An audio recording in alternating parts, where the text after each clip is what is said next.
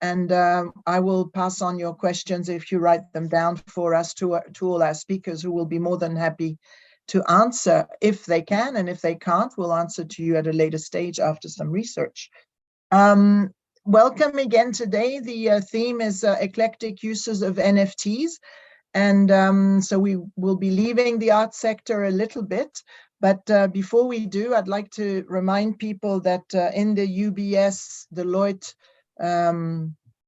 art report, which comes out every year, there's been an interesting statistics that in 2019, before everybody knew about NFTs, or very few people knew about NFTs, the art sector was about 10% or less. And last year in 2022, it went up to 67%. So obviously there is the art world has taken the NFT sector by storm, but that doesn't mean that it's the only use for NFTs, which is very interesting. Obviously, ever since there has been the invention of crypto and the alternative investment mediums, NFTs have been very important in all sorts of sectors, because it is a cloud, a digital ledger, which can be stored forever, and which is more importantly immutable, so nobody can go and change that. And of course, in the art sector, that's important, because any provenance certificate can also be altered, and it's very difficult to prove that it hasn't been altered. So with this new technology, of course, that makes it more difficult, put it that way. Never say never, and never say, in French we can't say impossible, so I won't. But it is a lot more secure and a lot more protected today. So before I keep on talking too much, let me introduce you to our speakers. We have Maria Pia Akweveke. Sorry, I didn't say your name properly, Jabas. And she is joining us from Chile. So we were talking earlier, and she's starting the autumn weather, whereas we're looking forward to our summers. But Maria Pia is very kindly accepted to join us. She's involved in finance, as well as cryptocurrencies and investments, and as well as any new technologies. And she's explored all sorts of different alternatives and the uses also of artificial intelligence, and is in particular pushing the role of women in this technology, which it's true that the IT sector has been predominantly male, although now with the artists joining in, and the musicians and jewelers and fashion, probably the women's sector is growing as well. Tell us also, you're joining us tomorrow. It's not the case, by the way. Huh? It's not the case. It's not the case. It's not the case. Good. So we look forward to do develop that. But I'm also, very happy to say that, and very grateful that you took the time to join us, because tomorrow you're teaching at the University of the Pontifical Catholic University in Chile about the Web3 and the metaverse and disruptions and foresight in business strategy. So that's really fantastic. So sorry, my phone was just ringing. I've turned it off now, so don't worry. So tell us a little bit about yourself and how you came into the sector, and what you think is so exciting about it. Well, I have been working for a long time. I have been in different, sectors in finance. I have been in research departments. I have been in the fund industry too, banking, regional banking, and then everything in some way another converged into technology with blockchain technology. And 5 years ago. And since then, I have been mainly focused, of course, in crypto assets in general, the token economy, regulation regarding these two topics. That's very important, regulation. Yes, exactly. And I have been very lucky that I have been able to advise financial institutions of different countries, and private and public, and at the same time to meet presidents. So it has been 5 years in this space. And as you mentioned, I'm super fan of fostering more women in this space. Actually, the finance and technology are two male sectors. Mm-hmm. And this has been also prevailed in the fintech industry and in the Web3 and the metaverse, including in NFTs. So exactly. So you don't. So it's sort of continuing in the same way. Yes, indeed. Actually, yes. Actually, women power needs to fight stronger. I agree. I agree. Well, actually, you know, the last one of the last report of McKinsey showed this, that you know, you can see just few female women in really important roles. You know, still are in second roles instead of being tiers of being CEOs. So we still have a long way to go, but not just in the space, you know, because we still have things to improve in finance and in technology in general. Yeah. About this, I have been, of course, always support every single, I would say, campaign that promotes more women in leadership. I chair the 30% Club in Chile that promotes more women on boards of the listed companies. You know, it's a global campaign that has presence in the main countries, and as members, they have Larry Fink, they have Adina Friedman, and all these, exactly. Yeah. And, you know, the main chairs and CEOs worldwide in the United States, Canada, UK, Australia, and in the other almost 18 countries where we have presence. So that's where we develop. And also, you know, I encourage always to name other women that are in the space in every, it's something that I have every time I have, I would say, a stage to speak about my story in you know, in the industry. I always mention at least 2 women, because I think it's the way that we have to show what we are doing and help ourselves to. It's the only way to really change the numbers, I would say. And I think it's important that you're in the, you know, also talking to university students. I'm part of a program with EPFL, and this is in Lausanne and in Switzerland and in Geneva, and they've developed a robot called Robot Me, and we're teaching it AI now, and they made it very clear that they wanted as many women as men to actually take on a robot and work with it. So that's quite exciting. It hasn't started yet, but it's going through, I think, the education system to get the women in as well. We're happy that what research shows is that more diverse teams also are much open for creating better innovation that, you know, that in some way or another can reflect the reality of everyone. You know, lately I read the book of Ginny Rometty, the former CEO and chair of IBM, and she speaks about when they were developing, you know, face recognition, and the team was just, for instance, white. So the algorithm was not capable to detect, you know, other skin color. So then, you know, and also there's every time you see, this is much more wider. So you need more women, also because we are going through a period of time that is not just an upgrade, a technology upgrade. You know, the 4th industrial revolution is much more alike what was I would say, the Renaissance. So we could say that we're a kind of digital renaissance. So this convergence of technologies and science that is, you know, is making that there's no limit between physical, digital, and even biological, because now you create biological, you know, I would say things, but with algorithms. So, and they reproduce themselves. So, and they're alive.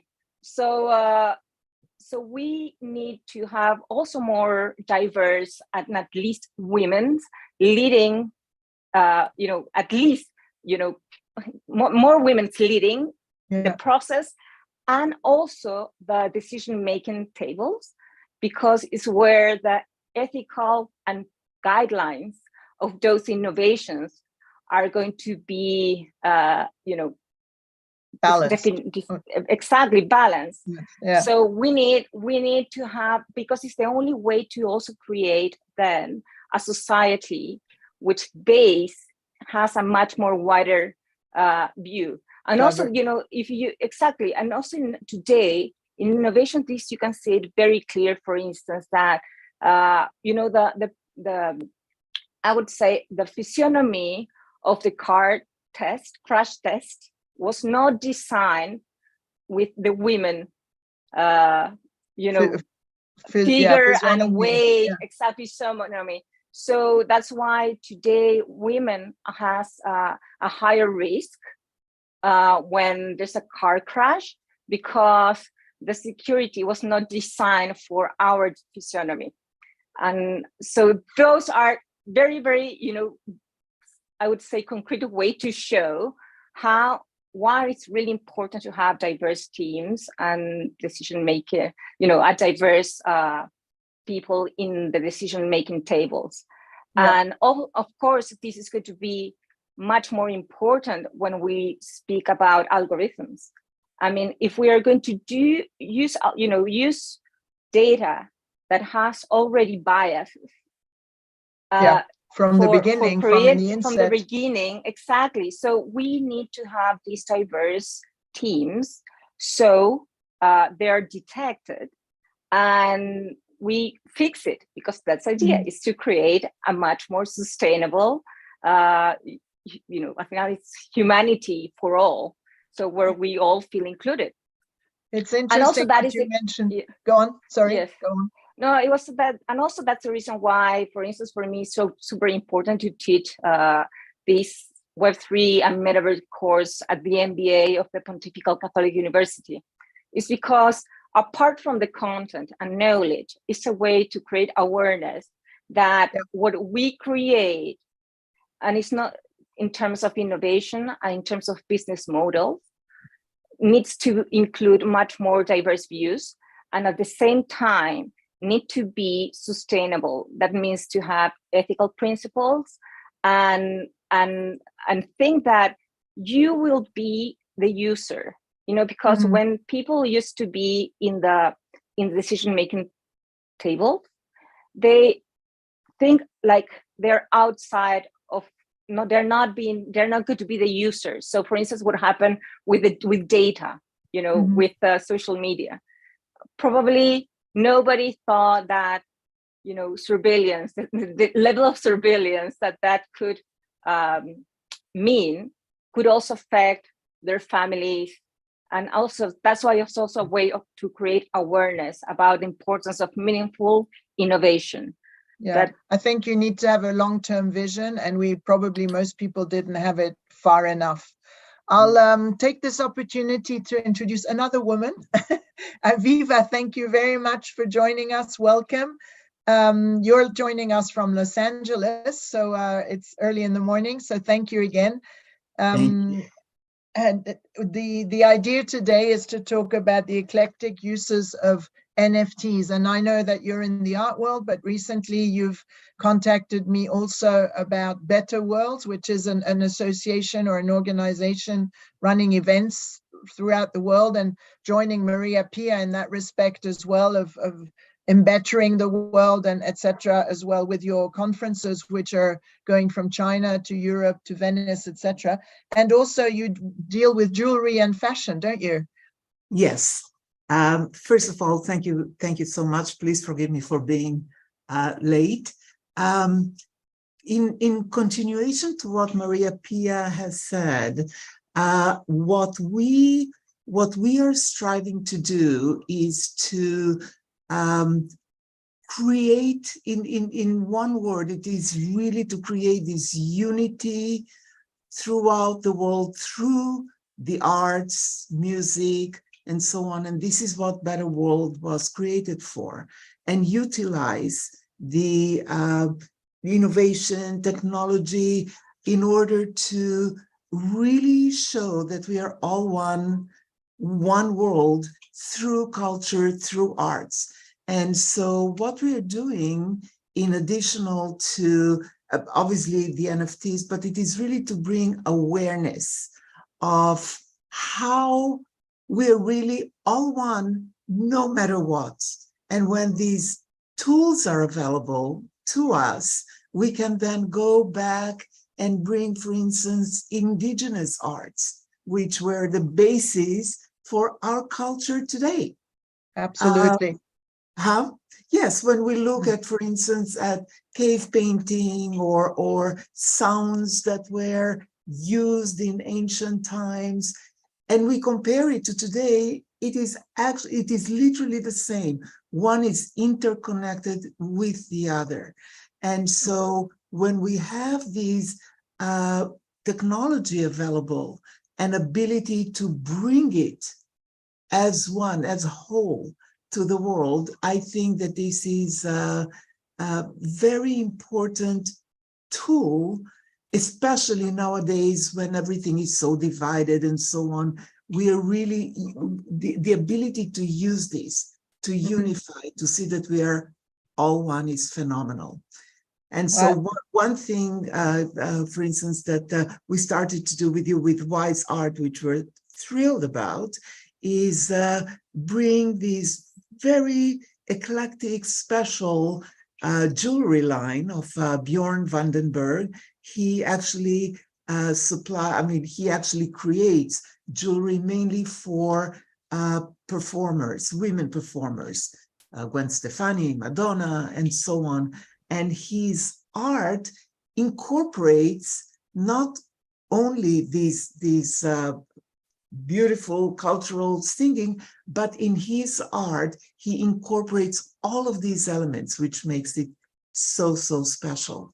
It is indeed, and it's because he's a complete artist. We've got the video art, we've got the jewelry, of course, going, and then we've got this approach, and we'll talk about that later, of the phygital packages, so that NFTs can be used, of course, to save even a heritage on the blockchain digitally, and it can't be moved. But on the other hand, it can be linked to something quite physical and traditional at the same time, which can be worn, which becomes a tangible asset. So, but we'll go into that a little bit later. Thank you for joining us. Now we've got Albie, who is based in Lugano, but originally from South Africa. So you also understand all about indigenous art and culture. So it's all linking up together quite well here. Albie's been joining us with physical art packages, phygital art packages, and we were laughing about it before the show started, or before this webinar started, because he's met an artist in Italy who wants to link all senses. In other words, you drink a bottle of wine, which he has selected for you, while you look at his art, and you're supposed to get a different experience while you're doing that. And so we joined, WiseKey supported, or Wise Art supported that initiative, and they're going quite well. So if anybody here, I'm talking to the audience, but if anybody here wants to have nice jewelry and a nice glass of wine and look at some beautiful art, Wise Art is the place to come to. And last but not least, Albie, you've got to tell us a little bit about your idea with real estate. That was very cool and very different. Good evening, everybody, and many thanks, 16, for having me. Yes, drinking wine blurs the borders between art and alcohol. I've got a technical background, but I've been an art lover since the age of 5, which naturally led me to 16. And we've been trying to promote some artists onto her wise.art platform. And recently, I was walking somewhere and had this inspiration when I heard a cuckoo singing. And this was to consider using an NFT real estate marketplace to market real estate, not digital real estate. So not in the Web3, not in the digital space, but on Earth. An actual physical property, a residence, an apartment, or even a parcel of land. And that really opened new horizons for us. So, you know, the real estate industry has long been known for its traditional processes, complex paperwork, lengthy transactions.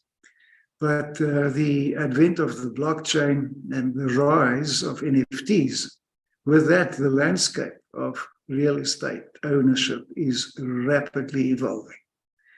And an NFT is a real estate marketplace. These marketplaces are emerging as a revolutionary way to buy, sell, and trade physical properties, and offering unique benefits and opportunities for investors and property owners alike. So anybody can now invest in real estate with the tap of a finger. And you don't need to prove your eligibility to own a real estate asset by revealing your job, income, financial background, or credit score. Instead, you're purchasing an NFT backed 100% by physical real estate assets viewable in, say, Street View and Google Earth. And Wise Art 16 is really playing a groundbreaking role in the real estate market of the future. And congratulations to you on being. Well, the idea was in 2 words that you could buy the NFTs a little bit like a timeshare. In other words, you could buy yourself weeks or holidays or even medium-term long rental by having an NFT without being absolutely the owner of the building, but the NFT gave you the right to access and to use the building, and that sort of solves a whole lot of regulation problems. But we might get into that a little bit more with Maria. I'd like to bounce back with Maria as well about her example about the cars and the dummies that weren't, the car crash test and the dummies that were not male or female, or rather more male. And I will write to Saab, they don't exist anymore, but I still remember that dummy going against the wall at 100 miles an hour. But all that to introduce Francis, who is actually deep immersed in the car industry. So tell us a little bit about CodeNect and how you came to use NFTs with the automobile industry. Yes, hi everybody. So I'm not a specialist of the crash test, so it's a different use case. So yeah, at CodeNect we are developing a solution for tracking vehicle information as maintenance, repairs, accident reports, but also documents such as invoices. All the information is secured on the blockchain because we want to certify the history of the vehicle by avoiding any form of modification of the data, like the mileage, for example. But beyond that, this information is encapsulated in an NFT that represents the vehicle. So the NFT will be the digital twin of the vehicle. The NFT will be then transferred from owner to owner to ensure the complete history of the vehicle from the first kilometer to its end of life. And we can then imagine the full power of this technology in terms of security and trust between all players in the automotive ecosystem, insurers, car manufacturers, car dealers, repairers, etc., starting with, of course, the user. So that's what we are doing in this with this technology. I think it's incredible because it's also obviously helping the second-hand car dealership to revive their image a little bit. I don't know in the other countries, but in Switzerland, a second-hand car dealer is not somebody who's looked upon as being someone completely honest. Like you always feel like you're going to be especially with the mileage, etc. So that Exactly. will give them credibility, because if they can produce the NFT with all the history of that car since it left the factory, I mean, it's undisputable. Yeah, it concerns, of course, the car dealers, but as well the individuals, because when you buy a car to another individual, you have to trust him, because he often, he doesn't have all the documents, because we lose some documents. Sometimes we scan the invoice, and we forget where it's stored, so we cannot provide everything when we sell the car. So the only way to trust the seller is to trust him, and that's all. So we need this traceability. We need to buy a car in total confidence, and we don't have any solution for that at the moment.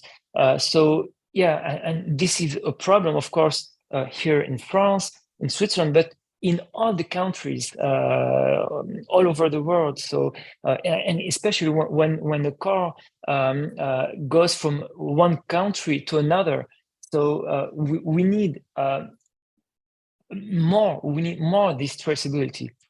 I also think, and that's bringing us back to either jewelry or art, in collectible cars. I mean, in old cars, it's very important as well. And of course, they're very expensive, most of them. The auctions are also worldwide. You'll have somebody maybe in Saudi Arabia buying a car in South Africa, for all I can, for all intents and purposes.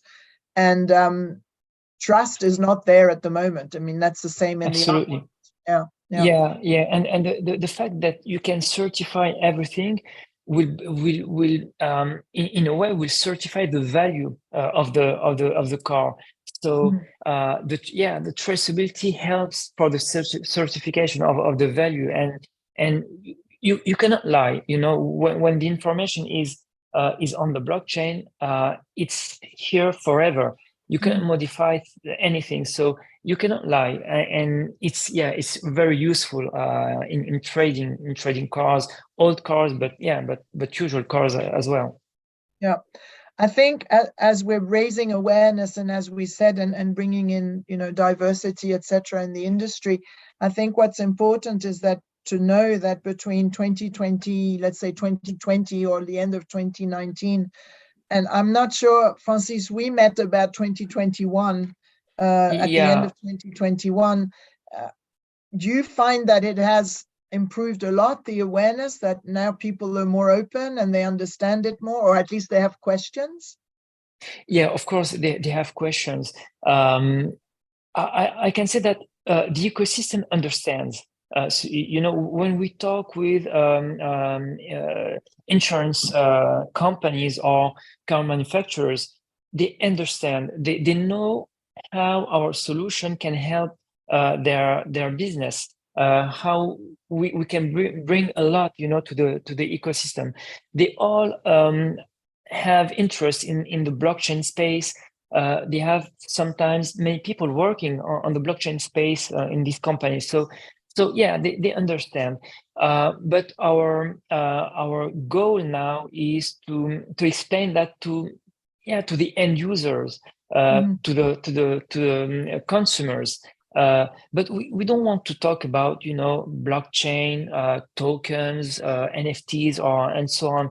We only want to talk about a mobile app, that we all know. So store your data on the app. We automate the data, and that's all. And then when people will be ready, we'll say them, hey, your car is an NFT. The data is on the blockchain, etc. So, but I think it's too early for the moment to talk about this technology to people. Yeah, it's interesting, and I agree with you that it's a bit early, but it's going very, very fast. And I'm very fascinated to hear that it's in finance, in education. It's definitely present in real estate as well.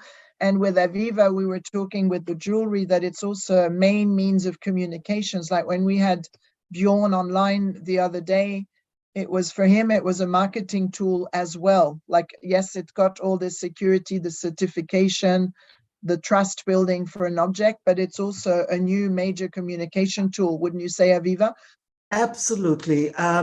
Not only that, the fact that we had that we made it a phygital collection, meaning people can have there is a beautiful NFT that was created, but together with that, people can actually get the actual object. That makes it that bridge between the digital and the physical, the ability to actually wear it, is very, very important.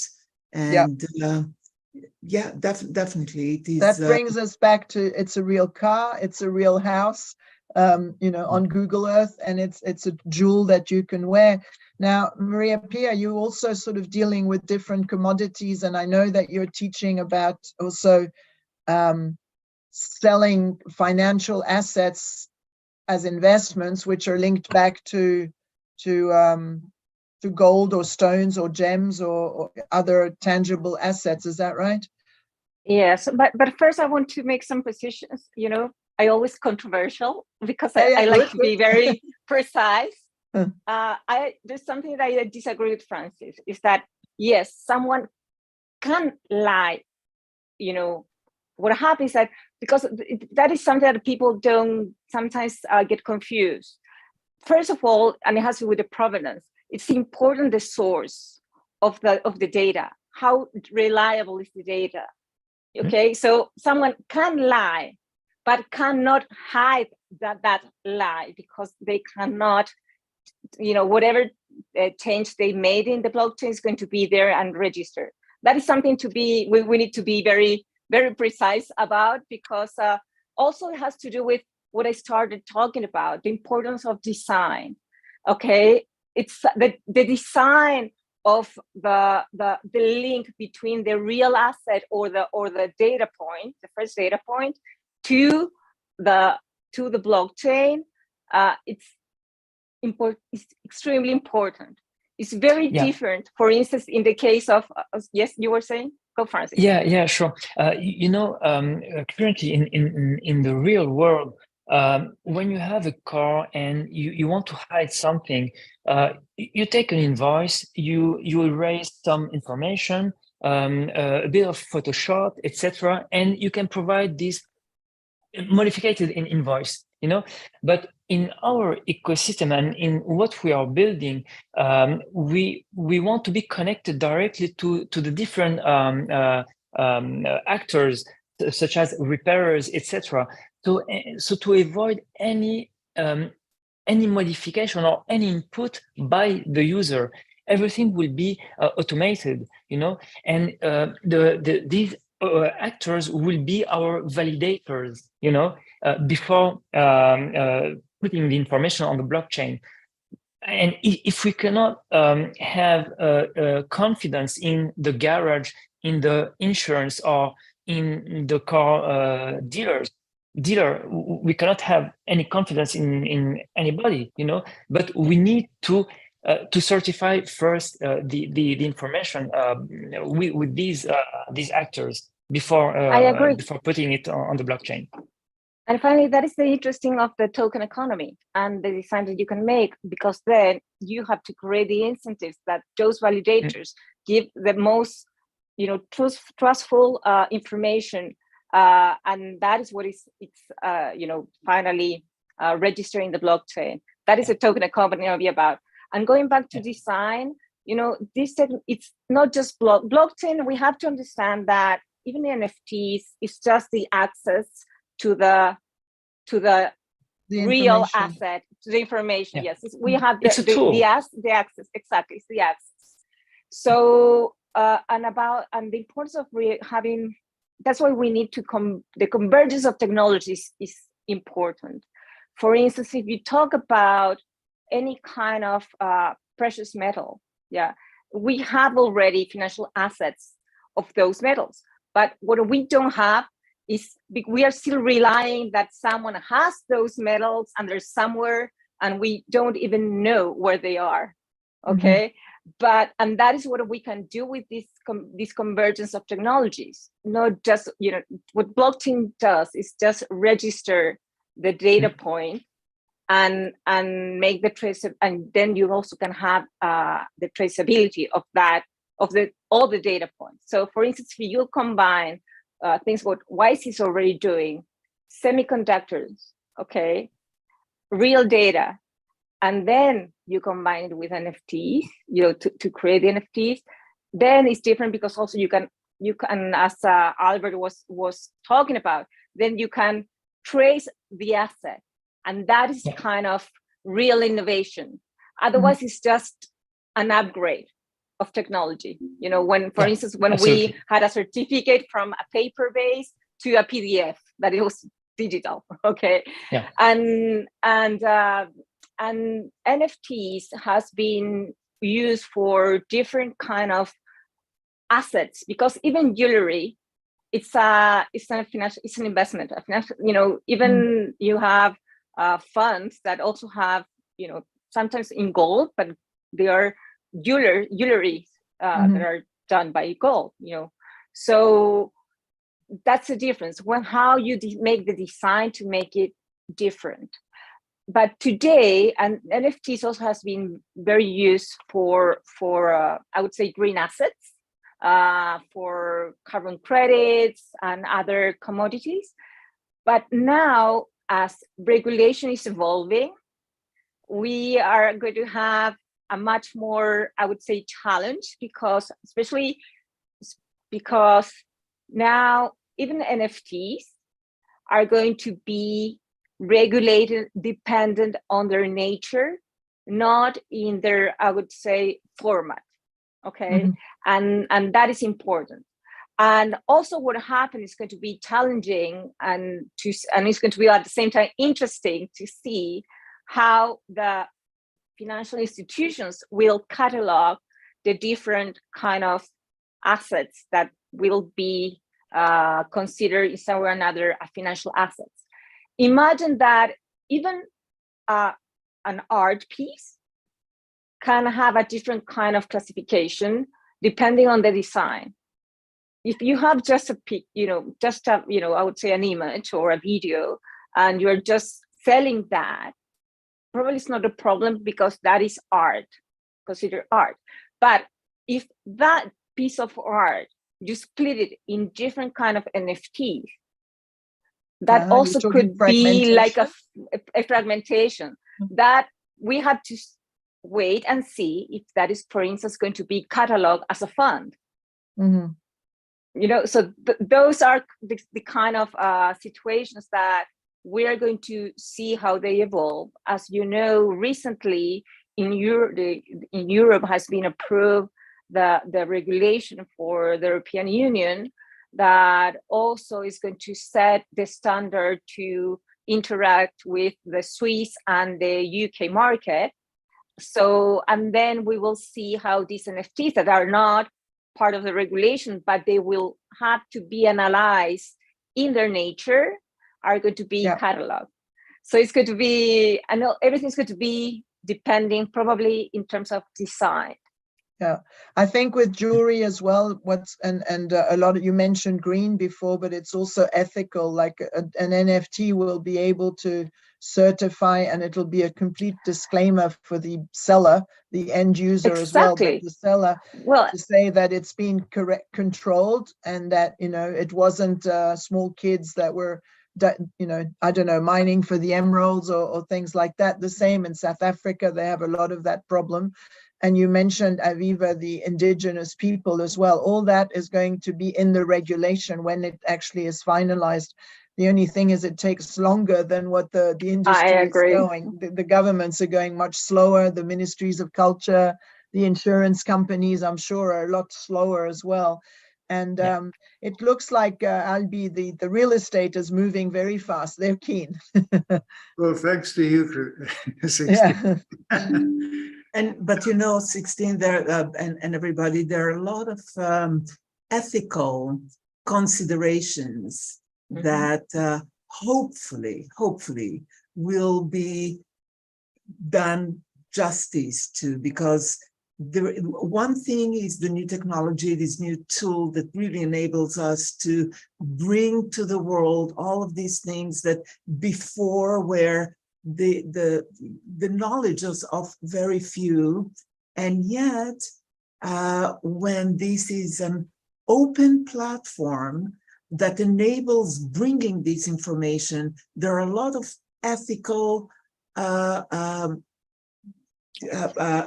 things that must be taken into consideration to keep the wholeness of what we're bringing in, not to cause division even into these This is something that we are really trying to discuss, to have conversations with, and really bring this aspect, this angle to whatever regulations are being put in place.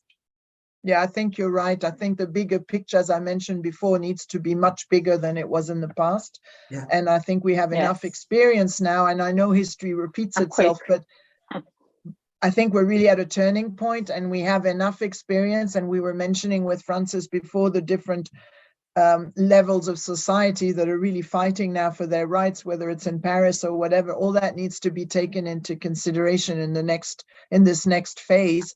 I'd just like to quickly address the audience and say that we don't have any Q&As, which is unfortunate.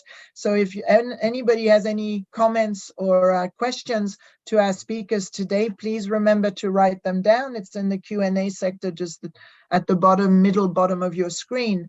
I was going to also address Albie, because Albie, you're also working with different museums and banks and everything on a project where you will be you've got the technology to authenticate artworks, and you've also got the idea of putting everything on the blockchain and as many masterpieces as possible, so that we can have a ledger of art history. Is that correct? You want to tell us a little bit about it? Yeah, thank you, 16, more or less. But before that, I would like to share with you something. Technology is the answer to many questions, but as Maria Pia has pointed out, unless technology is guided properly, it can really go in strange directions. But let me, if I may, just show you, I was just reading up recently on NFT 2.0. And the fascinating possibilities of the latest developments with regard to NFT, if I may call it technology. So I just wanted to show you a screenshot of some of the most interesting new avenues that NFT 2.0 will offer us. I see there's a share screen here. Can I use it? Yes, please. Go ahead. Okay. Hold on.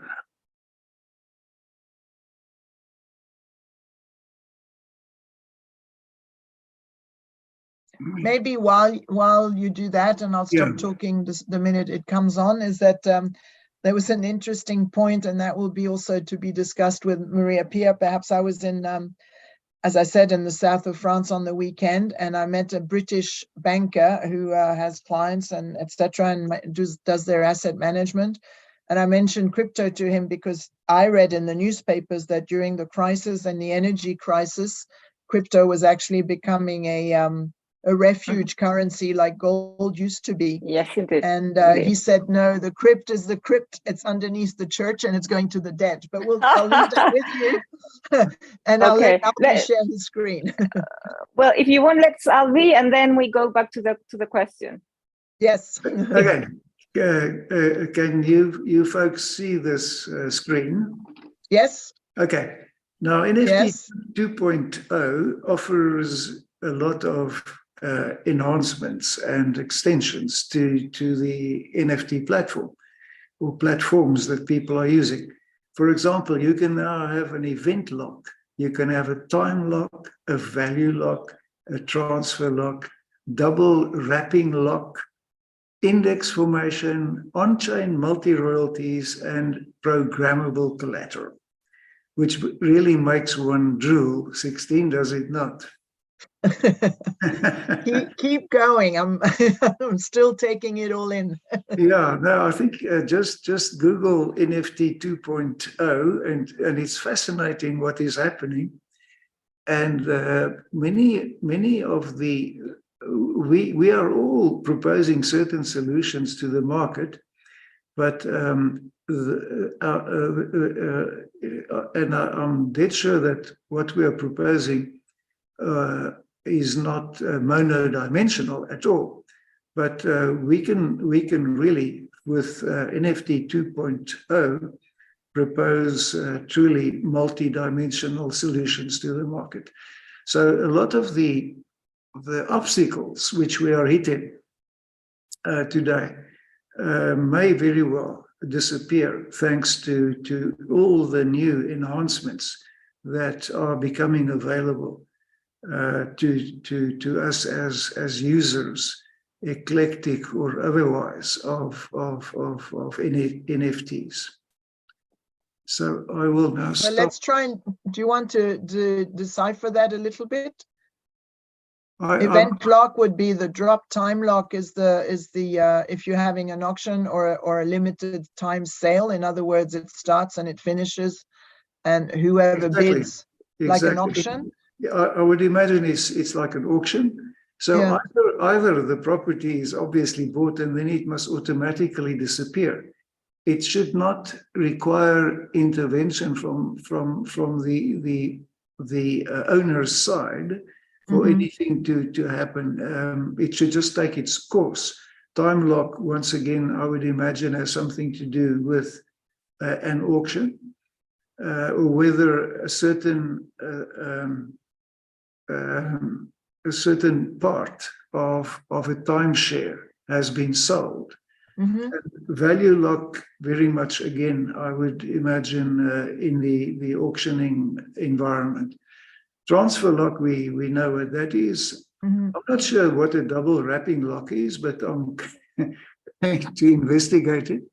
Index formation I love, because in another activity, 16, which you've alluded to, we are in the process of creating something very ambitious, which is called the World Art Index, which will be listed on the Zurich Stock Exchange as an independent yardstick to value art for balance sheet purposes. Very ambitious. Then moving on-chain multi-royalties sounds enticing to me. And then programmable collateral, I haven't got the foggiest what that is, but I can imagine that when you have real physical assets, that will come into the picture. Yeah, I think it's also with the carbon imprint. A lot of people are saying that this industry is very hungry in energy.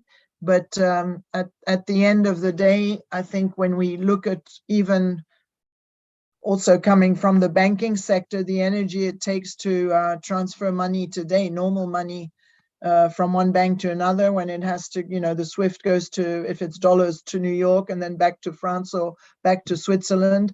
And I remember when I was doing my financial exams for my MBA, like somebody asked me in the oral exam, for those who know Geneva, going from one square where there's the Credit Suisse to the next square, which is like 200 meters down the road, which is UBS. Now they're one and the same, so it's easier, but in my day there were two. And they asked me, so how would I transfer $100,000 from there, from UBS to Credit Suisse? And the idea was that I say, well, I go to, the UBS corresponding bank in the States, which goes to the UBS corresponding to the Credit Suisse US correspondent, and then back to Geneva. And I just said, I put it all in a bag and I take the tram. I failed that question, but that's of course, today it's also a lot of energy. And so I think the people who are telling us that, there's a big carbon imprint with all this new technology, they need to revise themselves a little bit. But there are also, and that's where the collateral comes in, I think, there are solutions to that, because you can tokenize trees, you can tokenize actions, charity, also philanthropy, etc. There's so many different applications to the NFT world, to raise funds, to do all sorts of things. So I think that's probably where the answers are for this sort of diagram. Yeah. What is fascinating is that the friction costs today. Your example now of transferring money, the friction costs can be quite high. Mm. And what we are dealing with here is going to reduce friction costs considerably. Yeah. In fact, massively. So that's why it is so exciting and fascinating. I'm afraid we don't have any questions, but I'm also looking at the time and we've got 9 minutes left. So normally what I usually ask everybody is to wrap it up and also think about the future generations. And we've already talked about integrating women and we haven't mentioned skin color, or not too much, but we very well could. I just wanted to say as well that the three ladies, and we all, thanks to Kevin Costner and his movie, we all know now that the three ladies who solved the equation to send Apollo to the moon were three Black ladies. So, kudos to them. But yeah, so what is each of you, your advice, your personal advice to young people today? I'll start with Aviva and the jewelry sector, or any sector you'd like to cover. Yes, the jewelry and obviously art. And I'm glad that Albert mentioned so many aspects, such as authenticating and in general, what I would say, there is an African proverb that says, if you want to go fast, walk alone. If you want to go far, walk together. Mm-hmm. And I think that what we, 16, with your leadership, but the leadership of anyone here, there is really so much to be open to know that we were blessed with this most beautiful world and the expressions through art and music and jewelry and dance and culture in general, using these tools that are available to the betterment of mankind in general, so that each one can see the niche that really speaks to their heart and do all that they can to bring their immediate friends and communities and in general global harmony together. This is really what is most important. Using these tools that are available to bring people together, to bring all of us in the world together, as opposed to creating divisions. So this is my message to the younger generations. Use these things with beauty, with joy and harmony to the betterment of the world. That sounds good. I'll keep my fingers crossed. Yes, what about you, Maria? What is your, in your education and in your courses, what do you finish off with? Well, I always more or less the same that Aviva, but it's to use the opportunity that we have with the token economy to create a much more sustainable world. I'm super convinced that financial assets are key on this, because if we design a financial system much more accurate, especially those assets that has to do with renewals and natural resources, and create other ones that create much more awareness, we could, in some or another, improve a little bit what we have destroyed, or at least, contain a little bit the speed. And that's my encouragement, to innovate, to be fearless, to be rebel, because disruptors and change makers are not understood, but do it with a good heart and with good intentions, and that is key, because technology is neutral, is us, that we use it for good or for not for good, for bad. So that's my yes. Thanks, and Maria P. I think you're very right. I also think that you can look at finance as a tool for impact finance. Finance doesn't have to mean revenue for your pocket or for your company. Exactly. It can also be measured by the results of what you're doing. And exactly. Yeah. And also DAOs has a lot to do with that, because then we could create much more, I would say, sustainable companies that really share value with stakeholders and distribute that value in a different way and have different kind of incentives. I also think, and also I always remember when I watched the movie The Social Dilemma, where these practitioners said, when we started, we didn't have the intention to surveillance people, but we were, these companies were so forced to bring revenues to the shareholders that these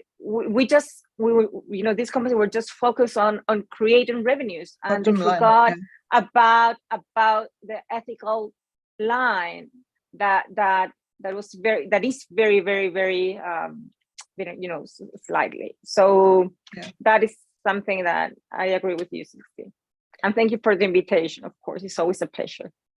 Thank you, Maria, for being there. Now, that sort of makes me, again, from Maria, I always bounce back to Francis, but I think it's this trust building. And in the automobile industry, just like as the finance industry, they have a big dilemma now with the electric and all that. So sustainability is a big issue. And again, we're at a turning point. And I think the NFTs will be a really nice added benefit or added value to all of that change in their thinking as well, don't you think? Yeah, sure. Well, what I would recommend to the younger generations and to the not so young, because everyone is concerned, is not to be frightened by this new technological era. We hear a lot of things, we talk a lot about scams, projects such as FTX that feed the media and fear. But we didn't wait for Web3 to have malicious behavior, right? Scams have been around for centuries, even more. So what I suggest is to take an interest in the projects, in what we do, and not only in the technology, because the technology, as we said previously, is only a tool. And Web3 is a natural continuation of the internet that we have known. And this evolution is unavoidable. And we are only at the beginning. So CodeNet, like many projects I know of, is a real world use of Web3. And this is how we have to be mainstream with real projects, and not only full Web3 projects. And yeah, for us, it's the ambition to become one. Yeah, no, I think you're absolutely right, and I think it will be integrated naturally with time, because as you say, we're right at the beginning. But I'm sure it'll be. I'm pretty sure that within 5 to 7 years, everybody will have a wallet, because we'll need it to store CodeNet certification or your medical data or whatever. So I think everyone will have a wallet, just like everybody has an internet banking now, or e-banking as they call it. What without thinking of it. No, that's right. Albeit, so you think real estate is going to be it? In total support of all the previous speakers, my advice to the younger generation is make money from property and invest it in our cultural heritage, i.e. buy art. That sounds very good. Thank you. Nice. I also think by that also is that we're not going to stop the world fighting or things like that, but we can, with the technology, preserve it, or preserve the culture. Like things that got lost in Syria, in Iraq, probably now in Turkey with the even not just fighting, but with the earthquake. If everything is digitalized, it will be a big benefit to society in the future, I think.